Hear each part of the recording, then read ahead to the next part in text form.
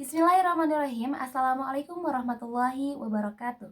Perkenalkan, nama saya Winda Siti Nabila dari Program Studi Pendidikan Bahasa dan Sastra Indonesia dengan nomor induk mahasiswa 22210090. Video kali ini diajukan untuk memenuhi ujian akhir semester mata kuliah genre teks. Ini saya akan memaparkan hasil tulisan meringkas suatu buku. Dengan judul bukunya, Dahsyatnya Otak Bawah Sadar. Penulis Dr. Mimin Sahmini, SS, MPD. Dari buku ini saya mengutip dua bab, yaitu bab 2 dan juga bab 3. Di bab 2 ada dahsyatnya hipnosis, dan bab 3 kreatif menulis cerpen. Hipnosis dapat dimanfaatkan dalam banyak bidang kehidupan. Salah satunya dalam kesehatan maupun pembelajaran. Dalam pembelajaran, hipnosis sangat membantu mahasiswa untuk dapat belajar lebih fokus. Dengan adanya hipnosis, mahasiswa dapat mudah memahami pembelajaran dan tidak merasa takut untuk menyatakan pendapat. Para pakar hipnosis telah sepakat bahwa kerja hipnosis tidak akan berjalan sempurna tanpa seizin orang yang akan bekerja atau tanpa seizin orang yang dihipnosis. Artinya, ketika seseorang dapat memberikan perilaku hipnosis, ia harus meminta izin terlebih dahulu sehingga proses hipnosis berjalan sempurna. Jika tidak diizinkan, ia tidak bisa memaksa.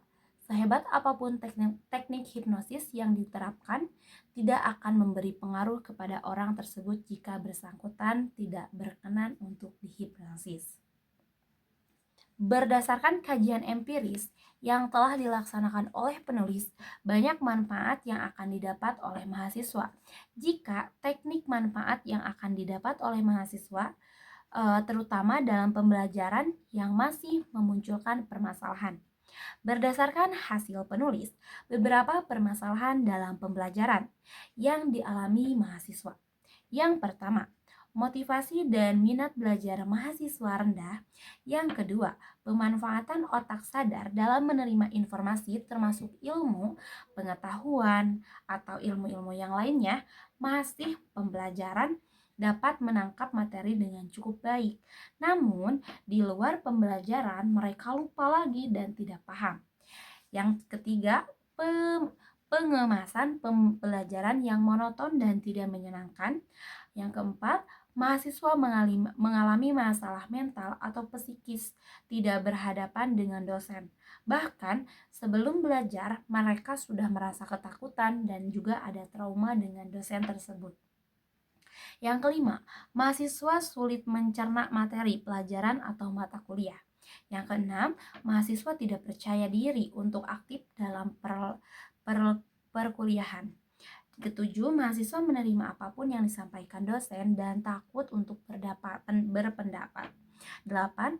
Mahasiswa malas dan merasa diri tidak mampu sehingga sulit menerima materi atau informasi. B. Energi hipnosis dalam menobrak permasalahan kehidupan. Masalah merupakan hal baru dari yang hadir dalam hidup kita sebagai ajang pendewasaan diri. Berat dalam rintangannya, masalah bergantung pada cara kita menyikapinya. Artinya, penyelesaian masalah bergantung pada mindset kita dalam menerima, menyikapi, dan mensyukuri. Masalah ringan yang bisa ditanggap berat bagi orang yang kualitas keimanannya rapuh, atau orang yang hidupnya serba ada, dan orang yang selalu dimanja. Biasanya orang seperti ini dianggap masalah sebagai penghalang dalam hidupnya. Ketika mendapat masalah,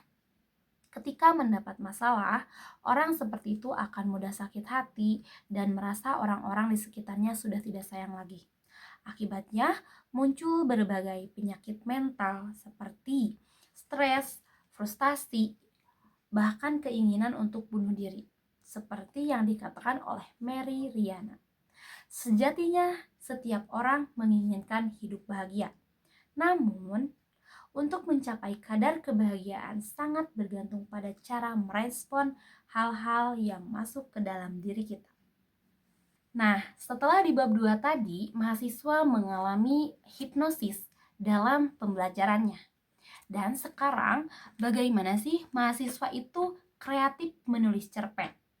Di bab ketiga ini ada tulisan judulnya Kreatif Menulis Cerpen, yang mana menulis cerpen memerlukan beragam keterampilan. Di antaranya, kemampuan menemukan, menggali, dan mengembangkan ide. Dalam bahasa yang indah, keterampilan ini dapat diperoleh salah satunya adalah dengan menerapkan pembelajaran menulis cerpen di kalangan mahasiswa. Menulis cerpen juga merupakan salah satu keterampilan yang syarat dengan makna. Makna dalam cerpen terlihat dari permasalahan yang ada di dalam cerpen dan juga solusi yang diwartakan di dalam penulisnya. Yang dikendalakan oleh mahasiswa dalam menulis cerpen yaitu ada beberapa hal.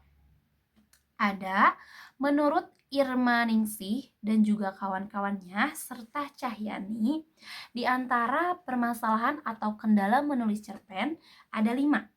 Yang pertama, kegiatan menulis bukan merupakan aktivitas yang menarik. Yang kedua, kegiatan menulis merupakan aktivitas yang paling sulit. Yang ketiga, kegiatan menulis merupakan aktivitas yang membingungkan.